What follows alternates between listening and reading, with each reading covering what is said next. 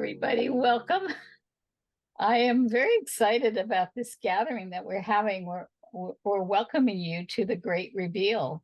And what is the Great Reveal? The Great Reveal is about the heart. So who we have here? We have scholars and mystics and social justice artists and authors who are speaking to the insanity of our time, the suppression of women, and her story. And our panel is made up of Priestess Diana Kelly, who is going to be speaking of the reveal of the Holy Sophia, and with her beloved partner, author Dan Morse, who has a new book out called The Divine Spark Within, Excavating the Mysteries of the Sophia. And then Sylvia Binsfeld, who's an author of a newly published book that just came out on the Holy Spirit rising, the vital return. There you can see it, the vital return of our Divine Mother for the healing of our planet, and author Dr. Marty Casey, who just published a book as an anthology with co-authored with some of her friends, In Her Power, In Her Wisdom, speaking to the return of In Her Wisdom, bringing the Sophia wisdom back to the modern woman.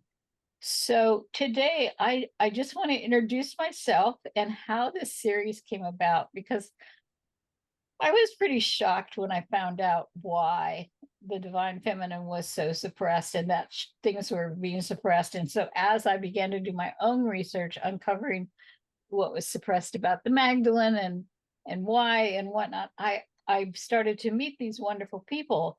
But then as we were moving forward, and this was over 14 years ago that I began my research on uncovering and raising the divine feminine, revealing her, I started to notice that just recently we lost the Equal Rights for Amendment for women and other reproductive rights. And where is the outcry?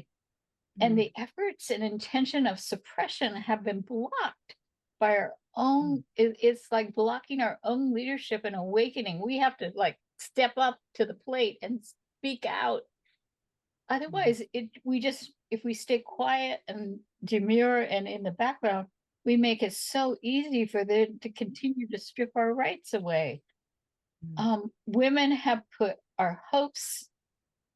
As children, we learned all about kissing the frog, right, to turn him into a prince. Well, we figured that one out. But now we've become the frog that's sitting in the pot of water, boiling away. Cold water coming slowly to a boil, and only to awaken and discover so much has been suppressed. And so I just became beside myself, and I'm sorry. I wanted to do something because I saw the legislation, and I'll put the link in the chat box if you want to open up your chat box on the side. Legislation is being added to the congressional budget bill that would require married women to produce to voter registration offices their marriage and divorce papers.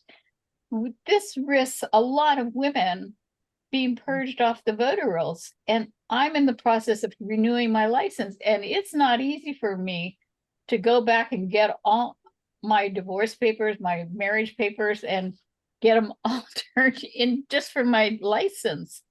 And then we have in the red states, they're introducing the legislation for the creation of the menstrual police.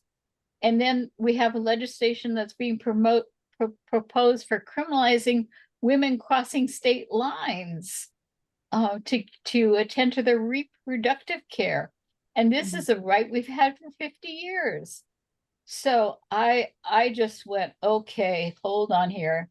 I'm organizing a panel of authors. We need to get involved. We need to listen to what's been suppressed, why, and awareness is so key and magical to opening our hearts and our minds to really having the impact. Because why is suppression happening? Suppression happens when they want to disempower people, and we want to be empowered. And so I'm not going to stand by and let it happen. None of these people on the panel are, and neither are you. And that's why you're here. So Thank you for coming and joining us. So to begin with, I would like to start with opening sacred space. We always do this in many of our community gatherings. So I've asked Sylvia to do this. Sylvia is an award-winning indie filmmaker and a founder of Conscious Media Movement, where she encourages filmmakers and other media makers to use the power of story to uplift humanity. And 7 years ago, Sylvia was made aware that the Holy Spirit is female. And during her profound experience at a Qigong retreat, she had her own awakening. So she is going to lead us in an experience that happened to her at that. So I'm going to turn it away to you, and then we'll come back and I'll have each one of the panel members talk about what their passion are. And they're going to share a jewel or a nugget with you today that hopefully will inspire you to participate with us with a 5-series seminar that we're going to be doing over October and November. So Sylvia, I take it away. Yes. Okay, so I actually had this experience. So my opening ceremony is a heart opening because during a time where I was really in a bad place, Master Ming Gu came to visit a cafe that I was at. And at the cafe, he did a sound healing. And it was specifically to open the heart. I had an experience there where my heart just literally felt a pop. And I thought this is the perfect thing to open everybody else's heart for the beginning of this workshop. So what the idea is that sound has a vibration, and that vibration can heal. And for every single organ in our body has a different vibration that it would heal to. And it has 3 layers. I have to explain this so you understand what we're doing. So we're only going to address the heart today, but that has 3 layers within itself. There's the physical heart, there's the emotional heart, and then there's the spiritual heart. And there's a different sound for each. And it requires you to make this sound with me. Don't just listen to me, because you want the vibration happening in your body. The sound needs to be pretty darn loud, okay? Because you want to feel that vibration. Until we get to the spiritual heart, you can get a little softer there. And what's also important is the visualization, because when you visualize, you direct energy. So I will explain to you what needs to happen for each one, and then we'll just do it 3 times for each. So 9 altogether. So please join me in this. This is the physical heart. The physical heart is sheen. It's like the sheen on a table. So sheen, okay? And you want to draw out the sound. So it would be, I always close my eyes, but for this one, you can keep it open. The visualization here is a happy memory. So feel it in your heart, but a happy memory. Think of a really happy memory. And let's do this together.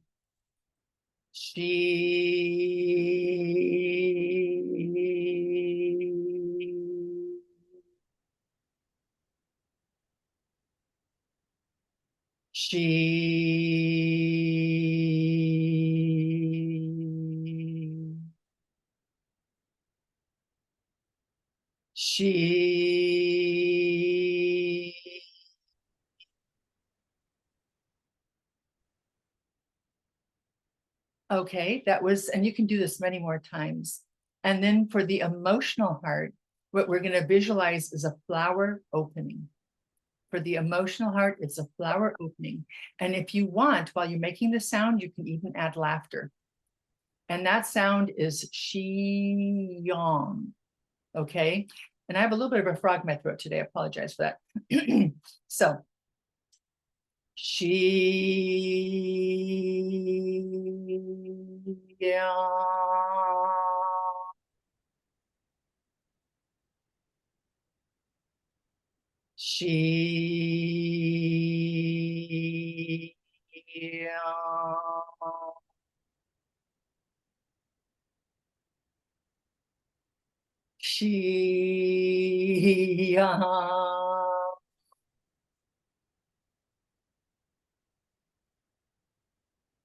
So you just feel your heart opening like a flower. And now the third sound is the spiritual heart. And you can go ahead and do that a little softer. And what you want to visualize is the heart connecting to your brain. And I sometimes help that visualization by the first one, at least connecting the two physically with my hand. And that sound is shing. So Xing. Okay. Shing.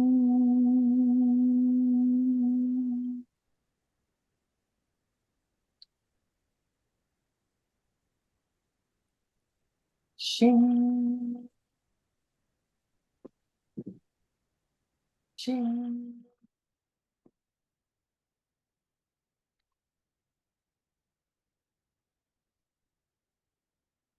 And that was your heart opening.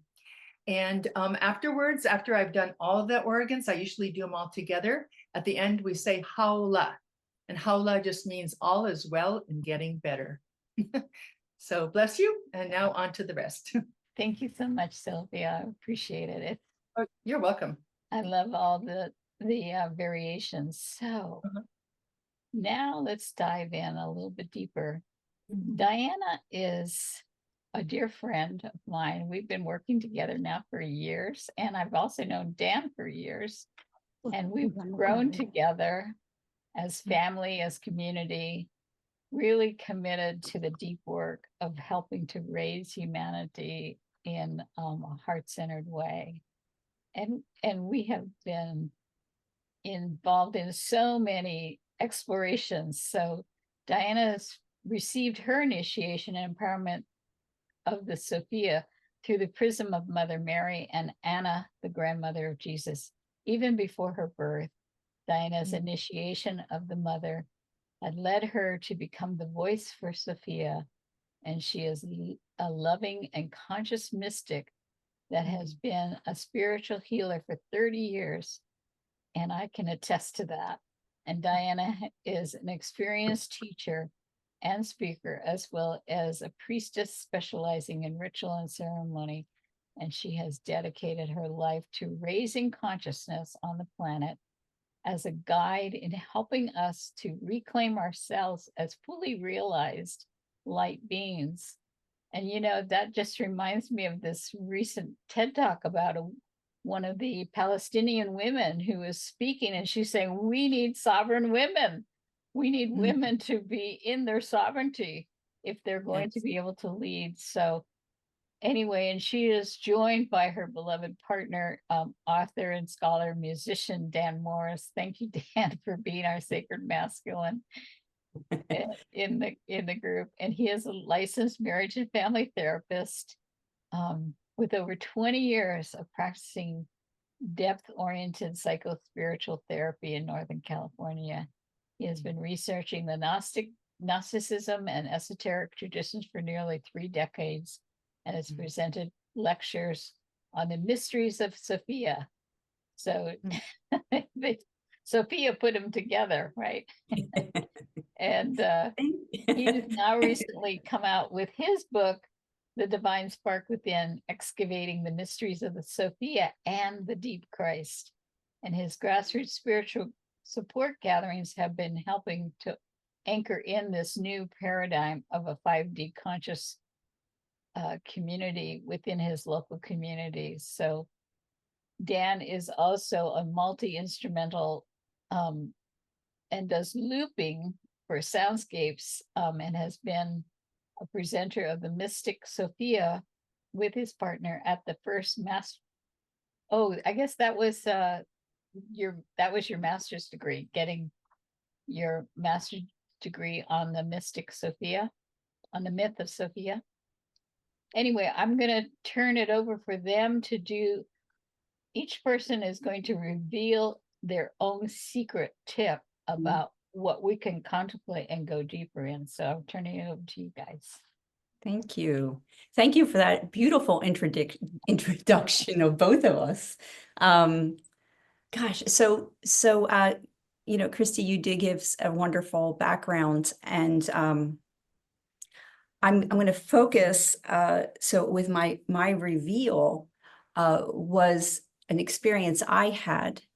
So I had an experience in Mount Shasta in 2007 initially, where Sophia came in, and she gave me some very brief messages. She had a long beads hanging down one side of her dress. She had a green dress on.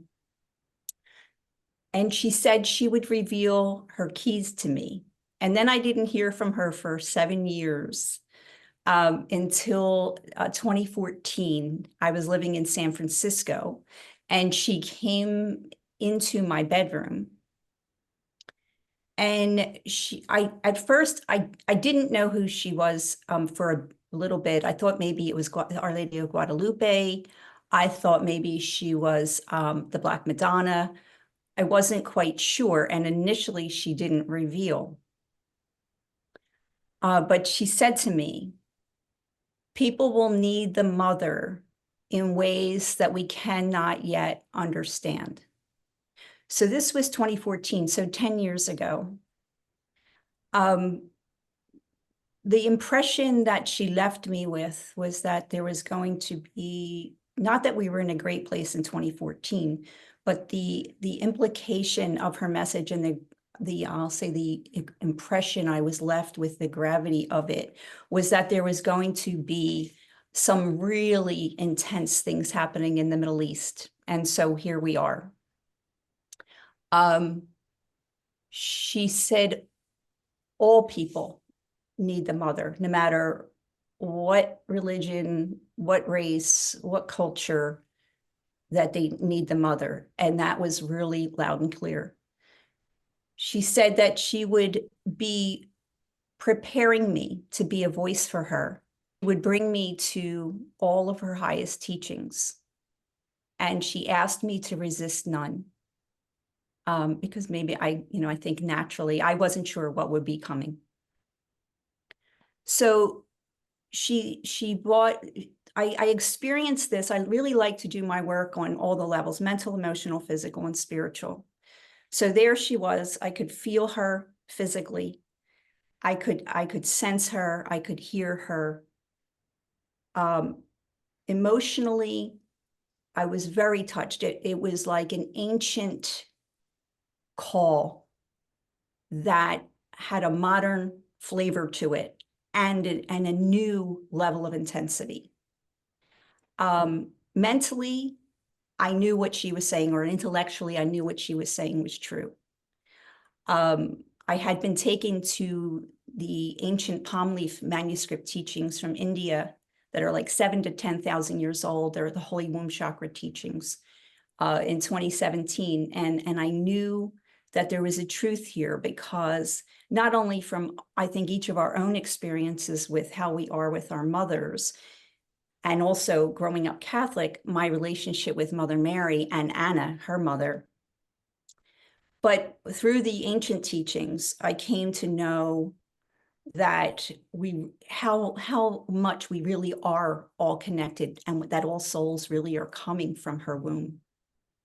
So intellectually, I got that. And then there was the spiritual level. I felt like I was being prepared and asked to step up, and that I didn't know yet what that would entail. And each year that we've gotten away from that time, I can just see the intensity and how important it is at this time. So that was my reveal. In a sense, a very basic message, but also very profound, very personal, but also meant for everyone. So that was mine. Thank you. Very nice. Yes, it's an honor to be here, and it's a privilege as a man to be here with Diana and in this gathering here to help anchor these revelations and the teachings of the divine feminine that can be in balance with the sacred masculine. So I think that, so Christy has invited us to bring in some revelation, some awe, something that has has awakened us, and that we can bring it out here. And I think that the theme of the divine spark within is such a beautiful metaphor that speaks to something that's very real. And in my own life, it was, as a young person, I could feel the spark of my inner self beginning to fade as I was moving closer into adulthood. And I brought myself to a commitment to not lose that. And I identified that with the name Sophia.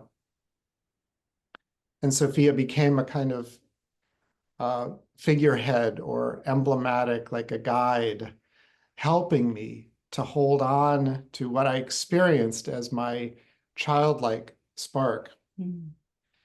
And that led me to years later crack open the Gnostic scriptures and see how in these ancient lost texts, there's these references to Sophia, and who has so much to do with the planting and the holding of the divine essential high light essence that we have within us.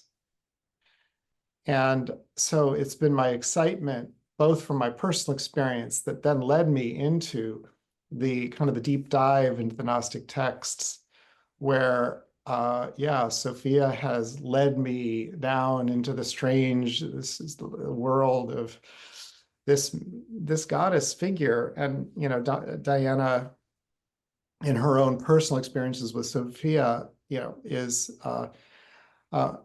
brings her even more to life. And so together we are, very excited about helping to hold space for the Sophianic mysteries to come alive.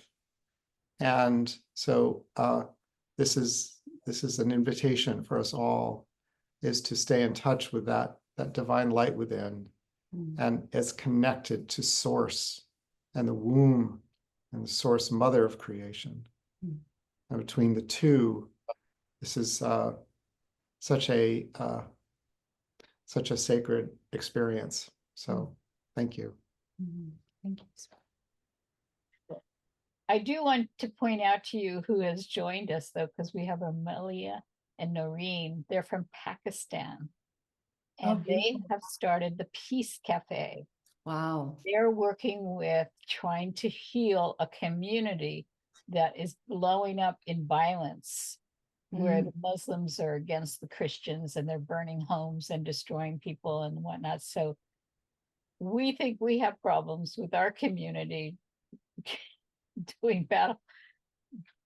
The story Noreen has told me is like, oh, so heartbreaking. And also Marty from Ferguson, Missouri, and the stories of, the shooting of Michael Brown, and just, presence that there's a lot going on, and yet they're showing up, they're doing their work. So thank you for joining us. I appreciate it.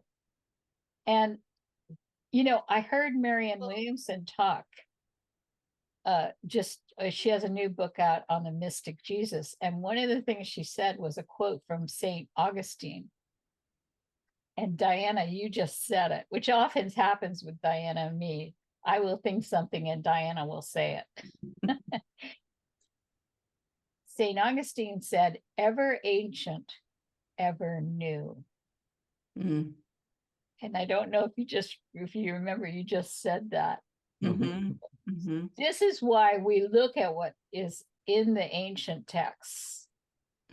Priestess Sophia, the Gnostic texts, the Gospel of Mary Magdalene, all of these ancient texts, because ever ancient, ever new is being more and more is being revealed. And when I met Sylvia, I about lost my mind, because she decided during COVID to go through the Bible And every time the Divine Mother, the Divine Feminine was altered, scratched out, removed, replaced, edited in any way, she documented it. And she got the documentation of where that got changed. And this whole book is just one reveal after another, one nugget after another of things that we had no idea, that she has put this massive body of work together for us so that we can begin to understand that there was an intention. Talk about intention, Marty. There was an intention to remove the Divine Mother from our consciousness. So I'm so happy that Sylvia is going to be bringing what she's dug up from the ancient and making it new here. So thank you, Sylvia, for joining us. You're so welcome. So some of what I'm going to reveal is actually just something in plain sight. Later in my workshop, I'll really do the deep dive. But you mentioned St. Augustine, and he was a brilliant man, but he is one of the ones responsible for removing the mother from the Trinity, for example. And I don't think it was out of ill intent. I felt he had stuff going on that was very difficult as a human being. And this is how he saw it. And but he was very responsible for doing that. And a lot of the theologians and a lot of the higher ups during that time were actually against him. So it's interesting. So it got changed around there. But my deep dive, first, though, I want to really preface this with saying how important it is that the mother is brought back, not just for women. We definitely got the short end of the stick when she was taken away, because we suddenly weren't reflected in God and made us somehow less than. But when that happened, it made everything associated with the divine feminine less than. And you know, the yin and yang symbol for health, any health of anybody or anything, there needs to be the male and female. There's always that little dot inside. There needs to be a mix for balance. And anytime one principle takes over with the other one not keeping it in check, its lower qualities can start to flare up. And it would happen the other way around too. So that explains our politics right now, our economics. But men got the short end of the stick because once they said, anything feminine is somehow less than, and emotions are feminine, men weren't allowed to show their emotions. And the suicide rate for men is way higher. So, we didn't just lose the divine feminine, we lost the partnership of the male and female that would lift each other up. So that's a really big thing. But as far as the everyday life now goes, and somebody comes up to you and says, the Holy Spirit is absolutely male, God is all male. And I read online, there are people really kind of threatening about it. This is like been in plain sight. This reveal is, well, first of all, forever we've known God as the Father God, and we have known Jesus as the Son. Well, that's completely relational, right? You cannot have a father without a mother. You can be a truck driver, you can be a fisherman, but as soon as you're a father, there's two other people that have to be there, and that is a mother and a child. So right there, without my doing the deep dive into all the things that were changed, it's just literally impossible to be a father without a mother and child. So that is just a huge thing that you can come back with, especially since the very first page of the Bible says, and I will actually pull this out because I quoted it in here. This is Genesis 1. It says, let us make man, humankind, in our image and likeness. So it didn't just say image, it said and likeness. And then he created male and female, he created them. So image means we have the appearance of male and female, but likeness means also that our attributes would be like each other. And women give birth. So that must mean we were fashioned after our Holy Spirit mother who gives birth. So if we are born again, who gives birth to us? Who gave birth to the universe? Who is the person that gives birth? It's the mother. So even without checking all the things that I have checked later, which is just like, I had planned on writing this book in a year. I thought, okay, COVID, I'm going to do all the research I can, because like Diana, I also had a very powerful spiritual experience that motivated me. And boy, it was like peeling the layers of an onion. Once you found one layer, you went, oh my goodness, they did this too? Oh gosh. And there was a Junia that was an apostle, but they changed her name to Junius to make her sound like a guy. And you just started finding all these things that were done to make women less than, and it still affects us now because we can't contribute our gifts in the same way. We just don't have those opportunities. And again, men and women would benefit, because in countries where there is equality, the happiness factor for both genders is way up. So it's really an important part of healing our planet, because literally everything we live in a holonic universe, meaning there are so many holes within the hole, and everything we do affects all the holes. So we really need to bring balance again for both genders and do it in a loving manner.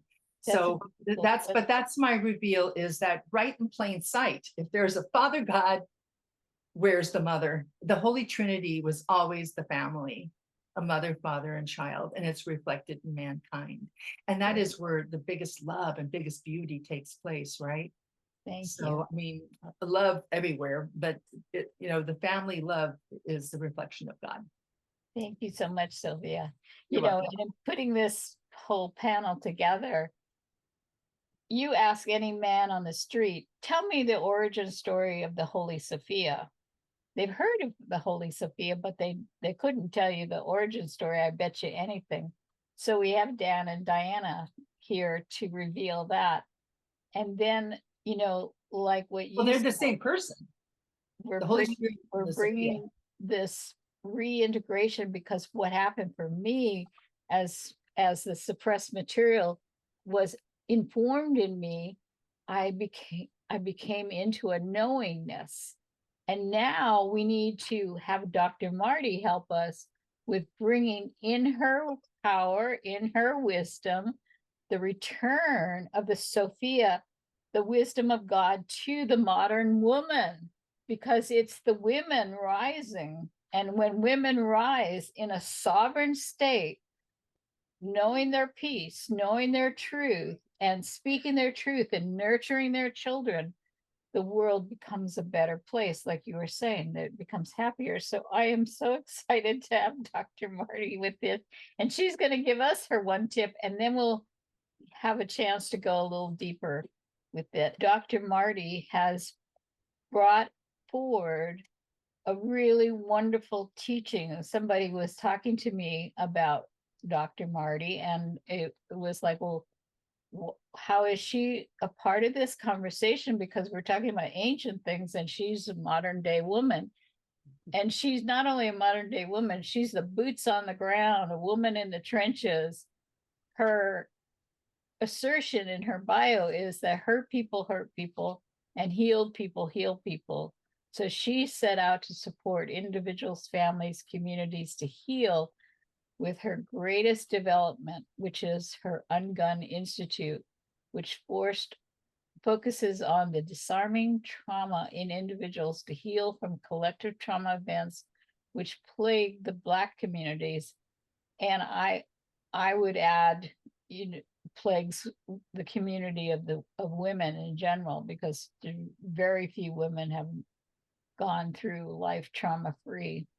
But she's also the co-creator of a global observance of Black Sunday, SON Day, and which took place August 9th in 2020, with more than 100 global networks and 50,000 views. It's a wonder. She has been chosen for the cover of her latest book. And she is one of the top most influential businesswomen in St. Louis. And now she's going and working with the White House and helping to bring these principles of nonviolence and how to help heal collective trauma with our nation. So she is deeply holding the vision for peace. And many years now, she has leveraged her passion for art. And I love that she does it with art, because there's something endearing about healing with art. As an artistic director, she's impacted the lives of over 3,000 children using art to heal. And she has built a fulfilling and impactful career to heal our communities, to provide a response and an outlet for inbred trauma. So I give you Dr. Marty. Thank you so much, Christy, for inviting me to be a part of this amazing panel tonight. I've learned so much. I want you to know that if you caught me looking down, it's simply because I'm taking notes. When I'm in these spaces, I try to be a sponge and take in as much as I can, because I just believe that when our paths cross, it's for a reason. And just listening to all of you all speak tonight has really just enlightened and it has helped to just kind of encase the work that I'm doing personally. And so I want to thank you for that and adding those nuggets. I want to give you just a quick example. I'll start with Sylvia. Sylvia had mentioned when she was leading us through our guidance in the very beginning, and she mentioned that the heart connects to the brain, and what we teach at Ungun Institute is the feel, think, do method. Feel. When you feel it in the heart, and a lot of medical doctors, and I don't want to go against science or anything like that. Please don't send me any mad emojis in here in the chat. But I just want to but I want to say a lot of medical doctors always look at what's happening in the brain first, because they feel like what goes on in the brain is the mechanism of how the body responds. Well, I agree and disagree. Okay, I'm not going to disagree with science, but I will say, as to how we're showing up, we, in our human experience, it doesn't even register in the brain until we start to feel it in our body first. So it's the feel, think, do method that I try to give individuals this as a nugget to hold on to, because you can disarm the trauma. You can get out in front of most traumas if you pay attention to how you're feeling. You also, Sylvia, you spoke about how men wasn't allowed to show their emotions. And then when I think about why women was suppressed from not being able to vote, is because they thought we were going to be too emotional when we voted. So men, you can't show your emotions, and then women, we're discriminated against because you say we're emotional. Well, that seems a little emotional right there, that you would say that about us.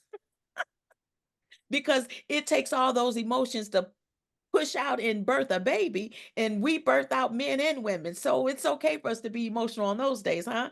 But no argument here. But I'm pointing this out because when I think about violence and as to how I am studying those things today and really trying to come up with simple tools and techniques, that everything that we do at Ungun Institute, we call it giving it a kiss. We keep it simple and safe.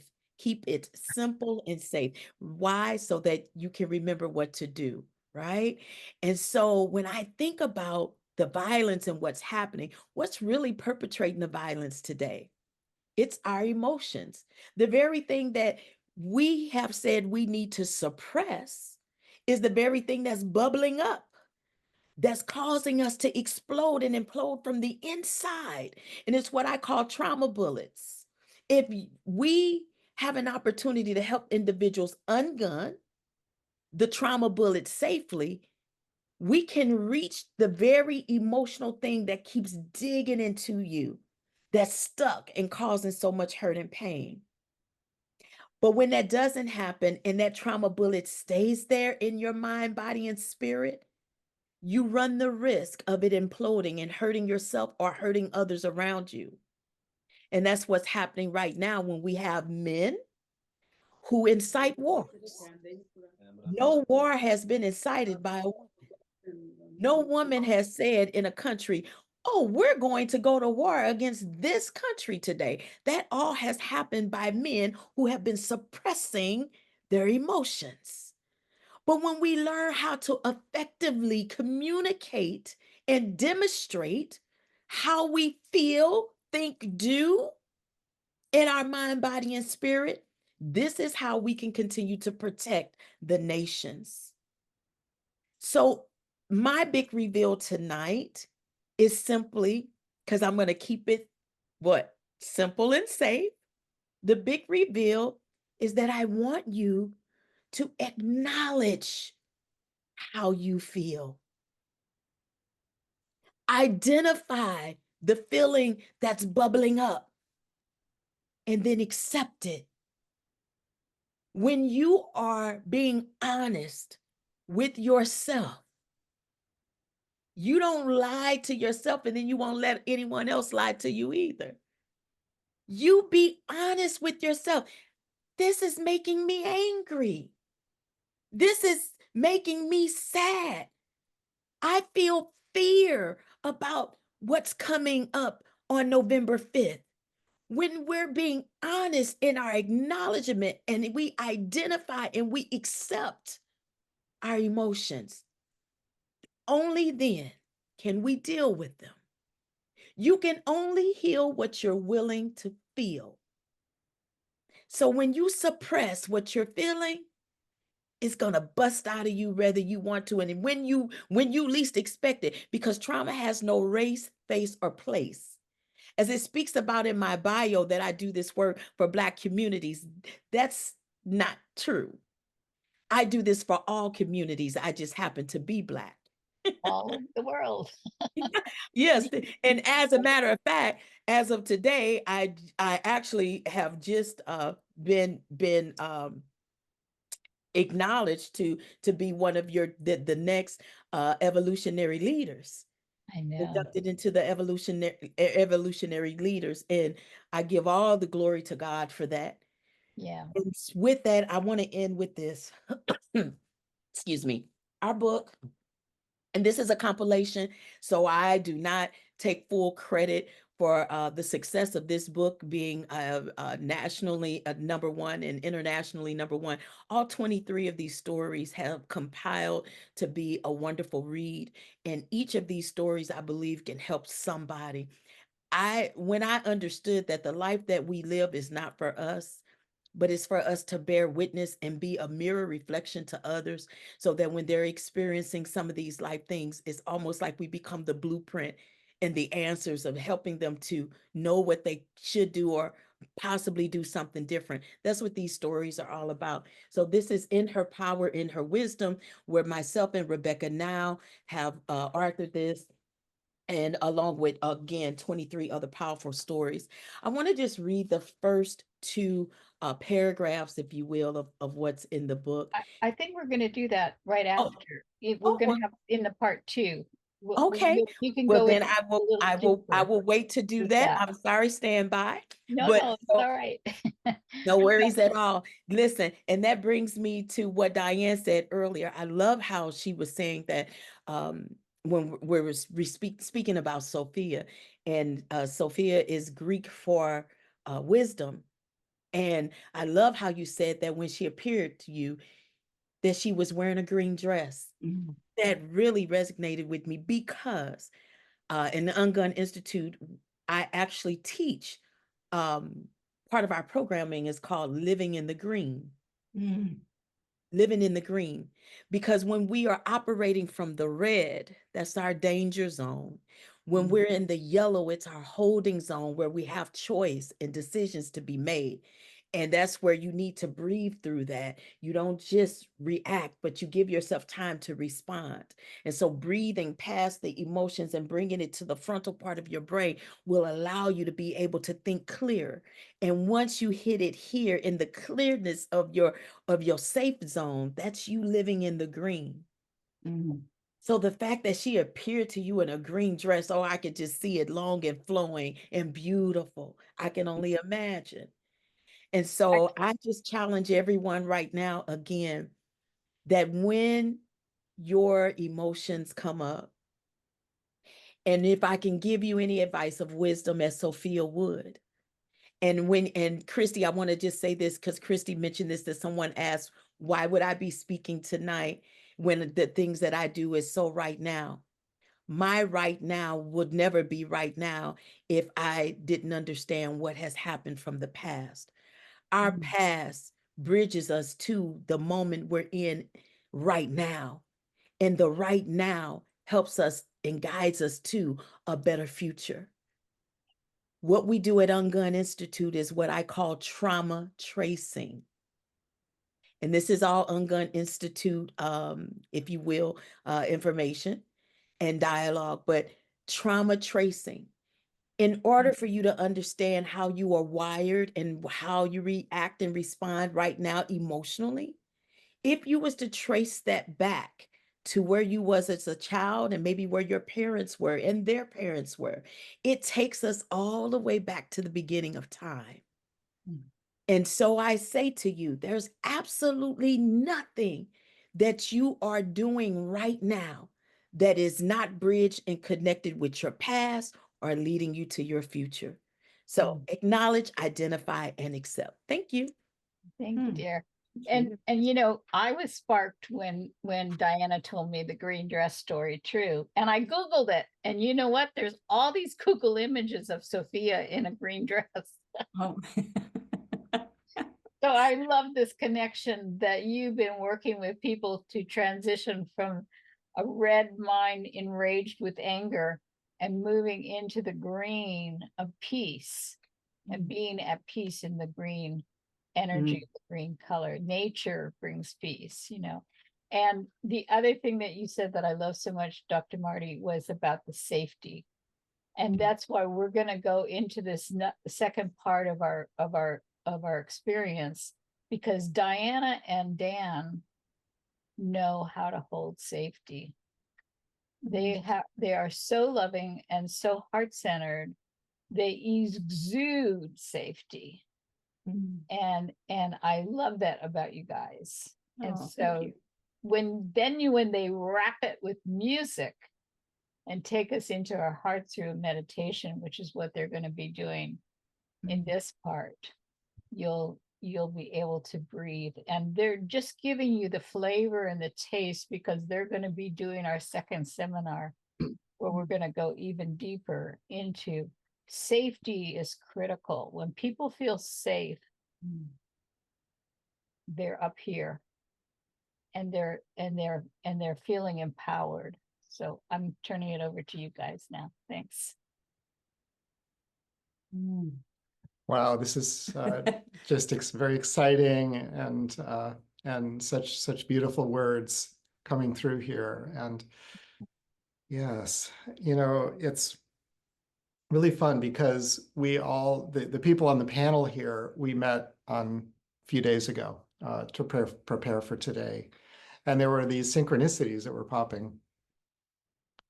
And one of them was the relationship between the mother and child. So Sylvia mentioned, oh, wait a minute, father, wait, how do you be a father without the mom and the kid? You know, and so yes, the mother and child, and the child self, the inner child, the core of our being, is one of the great features of this is innocence. And you know, children, you see, are just innocent. They just sort of bubble and they do their thing, and they're kind of curious, and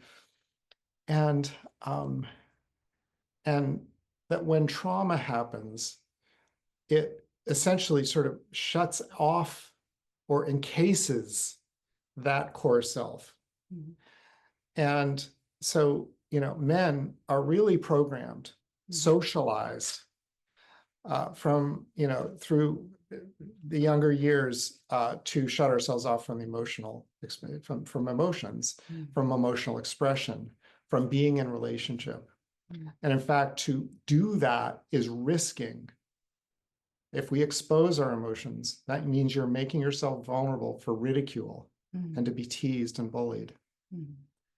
And so to hold, to say the child self, the innocent core of our being, has a right to not be, tormented, to not be, overlooked, and is so important. And, we are here sort of talking about the reclamation of the divine feminine. And I think we're also looking at the reclamation of the divine child. And the two are going hand in hand. And yeah, I think, so reclaiming the spark, the essence, the innocence, the vitality of our deep self that is connected to our great self is, I think, one of the tasks of our personhood in this incarnation, but also for humanity. And I think that, Diana, your relationship to Sophia and your healing work is so much about holding the feminine quality to help in this healing process. Yes. Yes. So, I'm going to kind of move from the ancient a little bit and into the present. And I don't know if you all know Lynn Twist, but she did a wonderful TED Talk years ago, but she talked about how the bird of humanity has been flying with one wing. So the feminine wing is broken or has been broken, and the masculine wing has been flapping away uncontrollably and violently. And so this, bringing the divine feminine back, and I know that Sylvia is also saying this, and we all know it, and it can't be said too many times, in my opinion.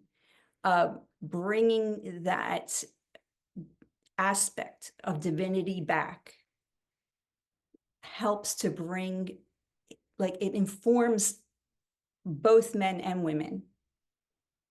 But women have not had the image. It's been more of a masculine image, masculine God. Having the feminine aspect is helping us to rise and to reclaim who we really are and reclaim and see ourselves in the divine. So this is absolutely necessary for our world. I don't believe if women are not restored to the place of equality. And when I say equality, I don't mean the same. We do have different aspects, but an equal place in the world. It's going to be impossible to right this world. I think we see it in the abuse of the planet, in the abuse of children. So the wars, it's just something has to give. And that's the piece that has not happened. In the founding fathers, so I'm part of the founding mothers movement, which is a wonderful movement. But where the founding fathers 250 years ago in this country, or close to 250 years ago, based a lot of our government on the Iroquois. But they left out one really critical piece, and that was the Council of women, the council of the grandmothers that the Iroquois had in place that really kept the balance. They left that part out. And that's the piece that we really need to bring back. So coming back to where we are right now, however many days it is to the election, I've lost count. It really is important that women have a voice and that women have a place. And the alternative is toxic and leading us down the wrong path. So it is so pertinent, this now, and that, you know, it is ancient history. It is the history of our country and leading up to where we are today, and how important this place that we're in right now, how important it is. And I'm going to say that that's the starting point. Like, if we can do what needs to be done now as people that are working for the light, that'll be our groundwork. And then we can really begin to create a society that we all can thrive in, that we all are treated equally, are valued. So, you know, this what we're doing here, you know, what we talk about largely, it may sound ancient. And I think, you know, you said this, Marty, too, it sounds ancient, but it is so critical to where we are. And you know, I'm very passionate, and I'm also very boots on the ground in that respect. So I can resonate with you, Marty, on that. It's not like in a vacuum. It's real time too. So let's see. So Sylvia, this is for you now to go a little deeper and take us into the depth of your wisdom. Diana and Dan will do the next seminar, and they will go much deeper with their material. And then Sylvia will follow them, and then Dr. Marty will be after that. The Okay. day following the election, which I think we're all going to need to be there. And just so that everybody's clear on that, Christy, I don't want them to think we're doing that tonight.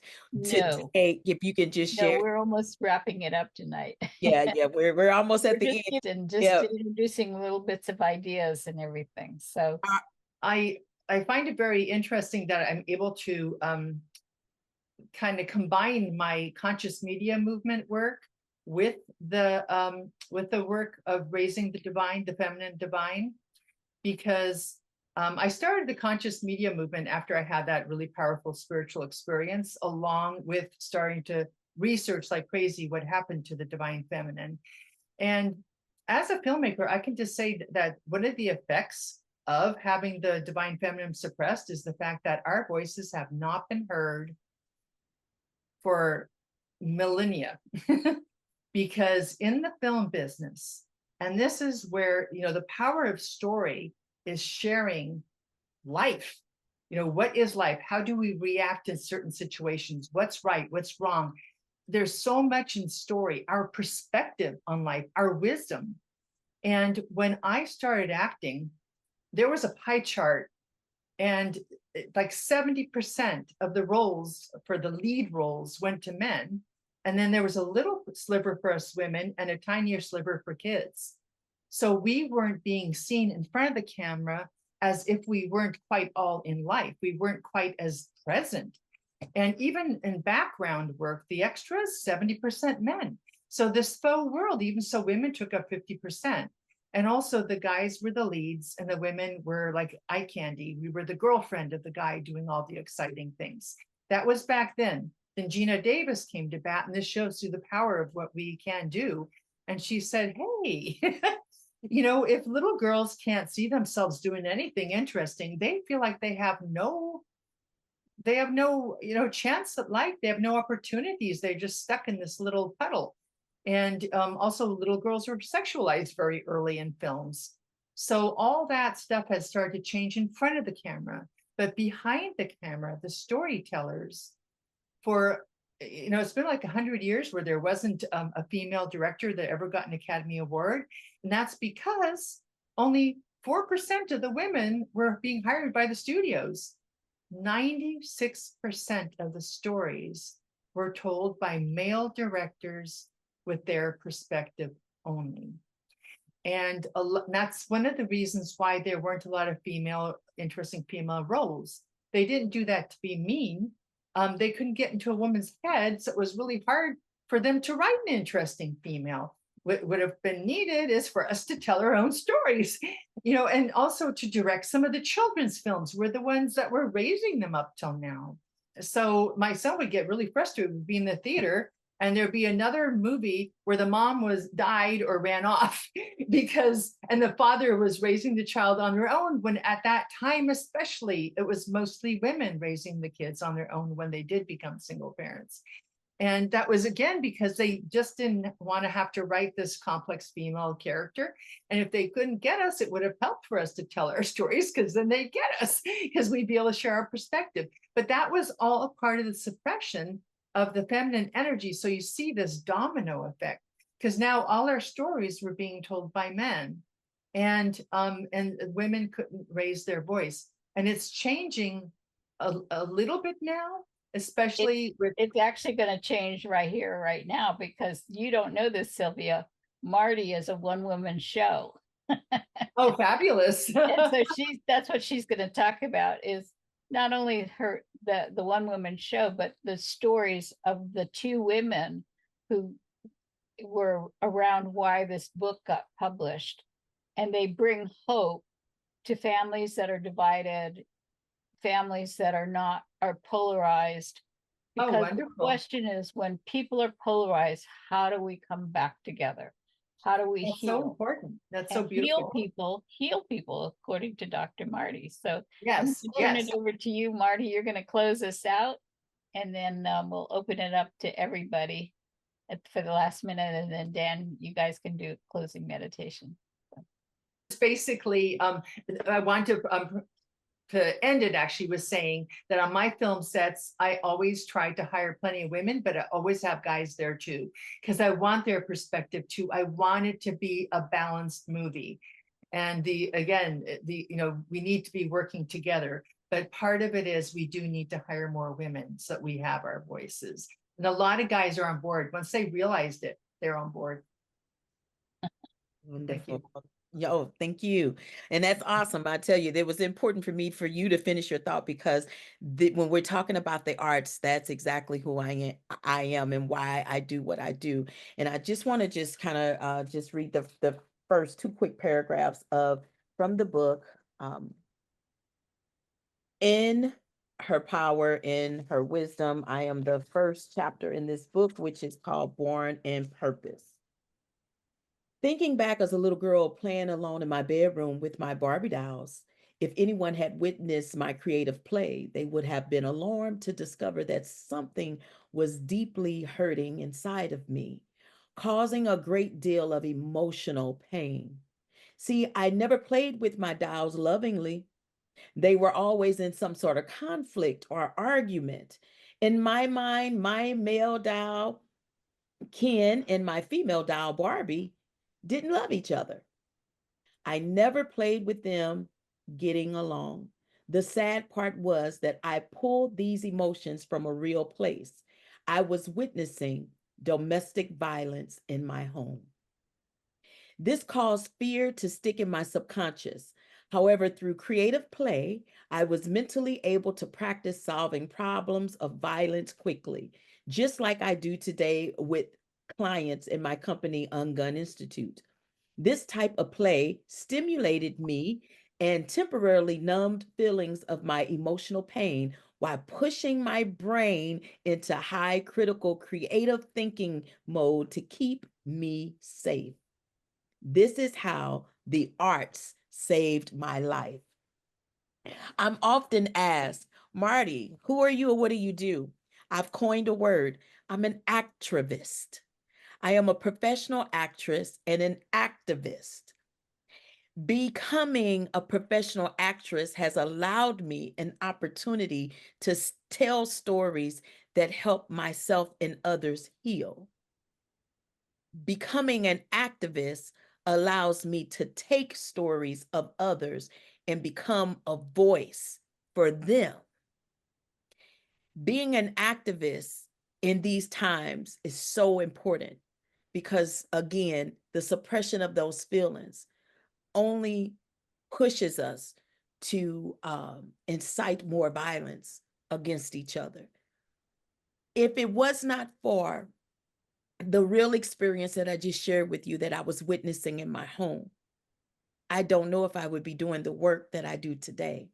So I do not live with any regrets. And I'm very grateful that my great-grandmother, I had an opportunity for her to be a part of my village and raise me up until I was probably about 33 years old when my great-grandmother took her last breath. But she was born in 1910. And my grandmother was born in 1933. And so when I just heard Sylvia speak about the importance of the woman being able to play roles in movies and films, how important it is for us to be able to see ourselves and hear stories culturally that we can connect to. Can you imagine what it was like for me knowing that my great-grandmother was a professional singer, but she never even got an opportunity to go into certain venues because she was Black? Can you imagine what it feels like for me to know that the first Black female to even receive an Oscar, it happened only in 1940, and my grandmother was born in 1933? So when we talk about going back into history, I'm still connected with what was going on and who I am today. That's why I created a one-woman show where I play 7 characters. My great-great-grandmother, who I didn't get a chance to meet, she was born in 1870. I was born in 1971, so there's 101 years between us. But I heard all about her from my great-grandmother. And I have also been able to pull up my ancestry, and I found out that my great-great-grandmother, I have this on paper, that she died from pancreatic cancer. And she died when my great-grandmother was 8 years old, and my great-grandmother was the baby of 19 children.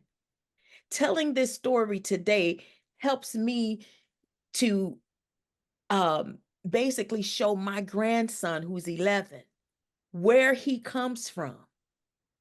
If we erase who women are in history, not only do we run the risk of changing history, but we also change the DNA of how men will even continue to show up. So men, I'm here to tell you in my power and in my wisdom today, you need us. And you need us to be a part of the story. And you need us to continue to tell the story. Because and the name of my play, look at here. Can you imagine what did I name this play? It's Not a Man's World. Ooh. And it's not saying anything negative against men. Actually, it's just telling you the story of what was happening in my family.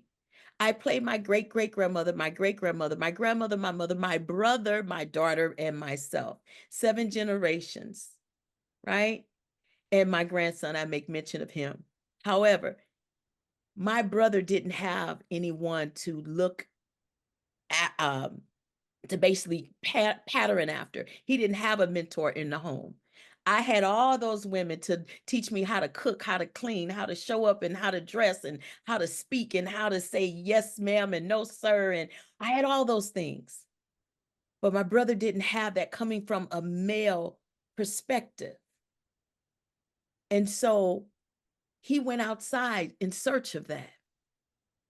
And I'm here to witness, to tell you that when you don't have a place at the table and your voice to be heard, you will go searching for it. And sometimes you will land in the wrong places. I believe a lot of the abuse that women have experienced down through the years is simply because we did not have a place. My brother went searching and it led him down a path, and that's what my story's about. But I will tell you this, today, when the most traumatic thing happened to him, his daughter was in a pumpkin seat. And today, because of the healing, when you hear me say trauma's transferable and so is healing, hurt people, and healed people, heal people. I say this because I live it and I believe it. His daughter is a emergency room trauma doctor today, regardless of what happened in history. Today, because she knew her history and what she needed to heal from. She did the work from the inside, from the inner, the inside. She's showing up better in the outer. So thank you. And I would love to teach you and share with you more tools and techniques on the 6th of November, the day after the election. We probably still won't know who is going to be leading our country. We will probably be in active trauma. But if we choose to be intentional of showing up and working on ourselves from the inner peace, we can be the example of what others see. Thank you. Thank you so much, Marty. When we got together as a group on Monday, we were just sparking each other and flying off, because as we look at this material, as we join, as we gather, what, John Summer and Unity and .org could always say, is like he's looking for what emerges organically. And see, we're all evolving and in our understanding about what works, what doesn't work. And Dan, you're going to be going into an alchemical community model of how you're working, because our community is fragmented right now. Mhm. And so next Wednesday, when you guys speak, you're going to go deeper in how you're bringing your community together, how you're going to introduce a possibility of a new emerging model that might spark people to realize that they can rise above the battlefield and they can actually join in spite of their differences. And Marty's story that she will share deeper of women who were completely polarized in families coming together and healing. We need these stories. We need to, how did you do it?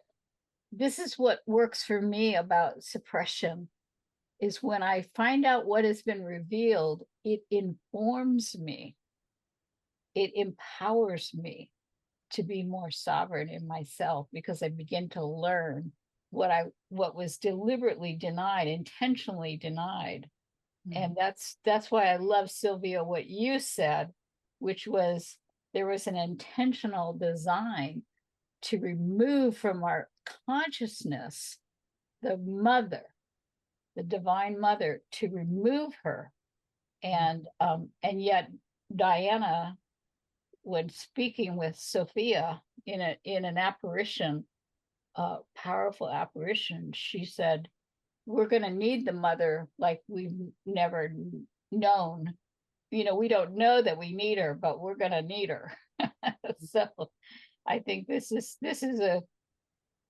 it's like a Kubrick's that's all coming together. And what will come out of this, what will emerge, what will percolate, is what we're excited about. And we can see the possibility for that. So Dan, I'm going to turn it over to you and Diana to close this out, but I just wanted to say thank you so much, Sylvia, for coming.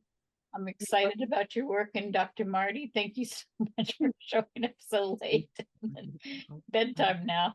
So thank you very much for coming. And then we will take it away. Will we have time for questions, Christy? Yeah, we have time for Okay, questions if okay, anyone just want has to- any. I mean, wow. I'm a bit curious about what's going on in Pakistan. Oh, Thank you for joining us. That's Yeah. amazing. And I've been working very closely with Ramel and Noreen, and they are amazing people. So Mm. yeah, you want to share something, Ramel, that would be fine. Good morning. How are you? Wait a minute, it's time over here. Yeah, thank you very much. Here is the early morning and 7:30 a.m. So nice to meet you, everyone. Thank you very much for inviting me, especially for Sister Christy and Marty. And before this meeting, we are also joined for the Unity Earth meeting. So they are started in Pakistan 3 a.m. So we are still me and Noreen 3 a.m. to till now, not going to sleep and waiting for this meeting. So I'm very happy for that. But Peace Cafe in Pakistan, I share you in short intro because I know that we are going to the close and end of the meeting.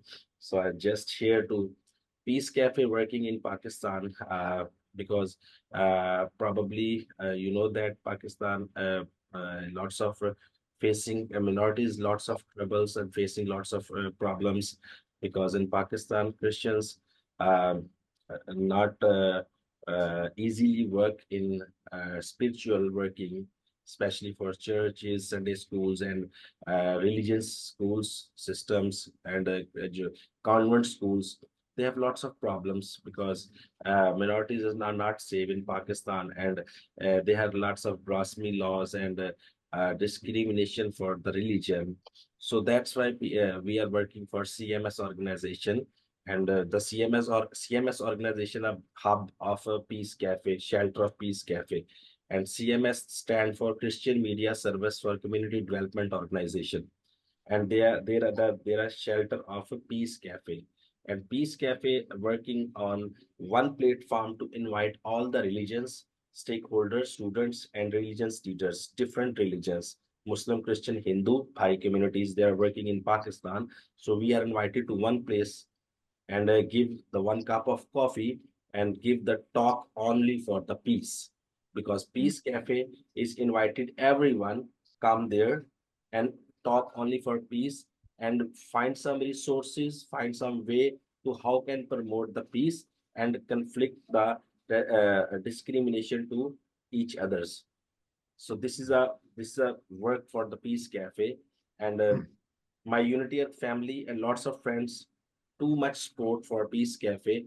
And in next month we have a two big event for Peace Cafe in Pakistan, because the two religions leader in coming to the, Saudi Arabian, the Muslim leaders. So we are invited to Peace Cafe, and we are arrange the big event for Peace Cafe to religions leader, our Christian pastors, fathers, and Muslims mullahs. We are dialogue for the religions discrimination and how can we promote the peace to everyone. So this is a little intro, but Sister Christy and Marty know that very well for Peace Cafe. But thank you very much. You give the time for me, and I'm very happy for that, and lots of learn for you. And nice to meet you. Thank you again. Thank you. Thank you so much. Thank you so much. We only got 10 minutes left. So I think Christy, can I just add one thing? Yes. What Ramel just stated. One of the things is that Ramel and his wife, if you can picture a community center, and they have the children to come every day after school and before school, and they are there keeping them safe. And they teach them all types of things with dealing with the arts, and these kids are so amazing. They're in uniforms, and I just want to I was trying to find a picture some kids. to show that for Mother's Day, for example, Yeah. I was on Zoom presenting at the Peace Cafe with the children, and every last one of these children made pictures and for me, and they came up to the Zoom screen and presented me with a picture that they actually had painted. Oh, It's like, Happy Mother's Day, Dr. Marty. And it Yeah. was the oh, most touching beautiful thing I have ever witnessed. And we have Oh, been helping Ramel and Noreen to raise a little bit of money, but we know that it takes resources, it takes money to do this work. And if you can imagine them showing up every week, this is the children. I had them to actually make a You, heart for me. you have a picture on your I mobile? do Oh, have that's nice. That's nice. That's nice. oh, of them. Yeah. So we And have a children's on we are Peace Cafe sport for these children's. yeah, So Ungun in Pakistan. Dr. Marty also give 2 3 sessions and for the children's, and she is very happy for that. And Dr. Marty is mother for all the children's. yeah. Yeah. Yes, So I have all And for these children kids in to make Pakistan. to And make art. it's my goal to raise enough money to go there and surprise all the children and show up and meet them in person. That's yeah, that's a goal that I would like to yeah, see come to fruition. But it's just amazing what they're doing, because these children every day, when we're talking about keeping it safe and simple and safe, these children have to leave their homes and possibly pass by bodies that have been slain in the streets and still get to a safe place. And that safe place is the Peace Cafe. And so I just, on behalf of, and this is not anything that my brother is asking or Noreen is asking, Christy and I together, we talk often about what can we do to help to raise funds, because raising funds raise awareness, and raising awareness really raises the level of energy, high energy, that helps us to keep individuals safe. When we're operating from low frequency and low energy, that's what causes us to do violence. So if anybody has anything that they would like to donate to them, Romel, please put it in the chat how they can donate to the Peace Cafe, if you can put that in there. I just think that anywhere that we go where they are here and you hear yeah, about them, it's a missed opportunity if we don't ask if you would like to contribute in some sort of way. yeah. And this Uh, is what they're doing in Pakistan, is Christians and Muslims, bringing them together. You don't think we don't need that in America? We have just as much of a divide between the Christians and the Muslims, and we need to get a heart-centered joining of Christians and Muslims yeah. as well in America. Can So we I'm fix so black and thrilled. white? Can we fix black and white even before we get to religion? Can we fix the race? Hey, Very true. it's With inclusion for all of us and for everybody. everyone. And So maybe any questions right now, Christy? Can we go to questions and maybe leave us on the music, leave us on a good note, no pun Yeah, intended? yeah. Does anyone have anything they want to say? Otherwise, we're getting right. We got 4 minutes left, so I just I wonder if there's so much that has come up, and I wonder, in the next 5 weeks, there'll be so many more discussions and opportunities for exchange here. And I think this is a wonderful convergence of ideas and people. And so maybe if it's okay, yes, if we could bring in, just dropping in to some sacred space here. And I'm so glad that the different religions came in. And also, I think just to note that there is the Divine Mother in all of the religions, and particularly in the depth aspect of Islam and Sufism, Judaism and Kabbalah. Islam has a tremendous depth wisdom tradition that often gets overlooked. So yes, with that, I invite us to sit comfortably, to drop in, and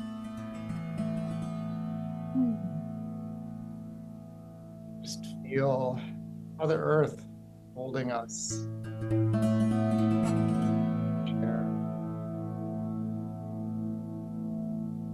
Letting the excitement of this hour, pulling your consciousness back into yourself.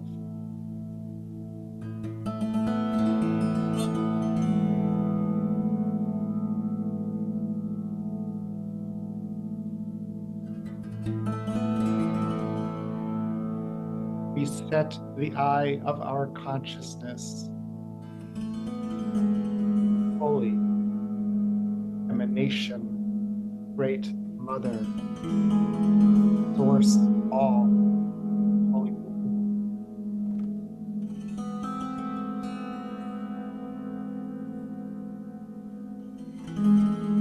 Come from you.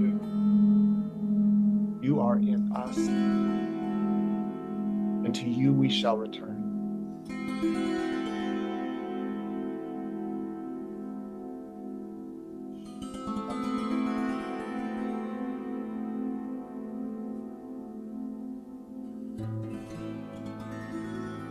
In our consciousness to that seed spark of this divine life from the source, the Shekinah.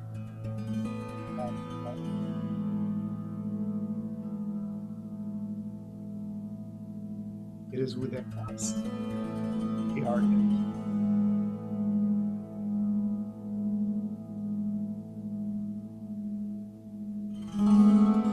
That we bring the holy light of our deep self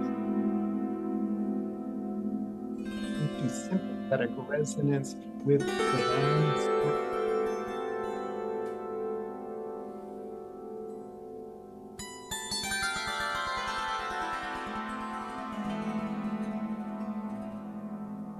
May we feel the coherence.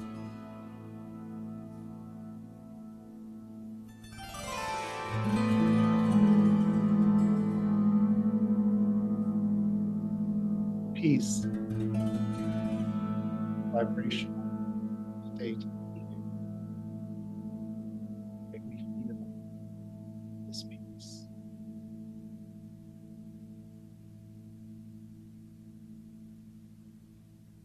Thank you. Amen. Beautiful. Beautiful. Peace. Peace be with you. Peace be in your heart and your mind. May you go forth in peace. Thank you, everyone, for showing up Thank you. in our humanness and our gifts and our talents. Really appreciate and love all of you. So blessed be. Blessed be. Blessed Thank be. you. Good night. Night. Night and good morning. Good night and good morning. Thank you.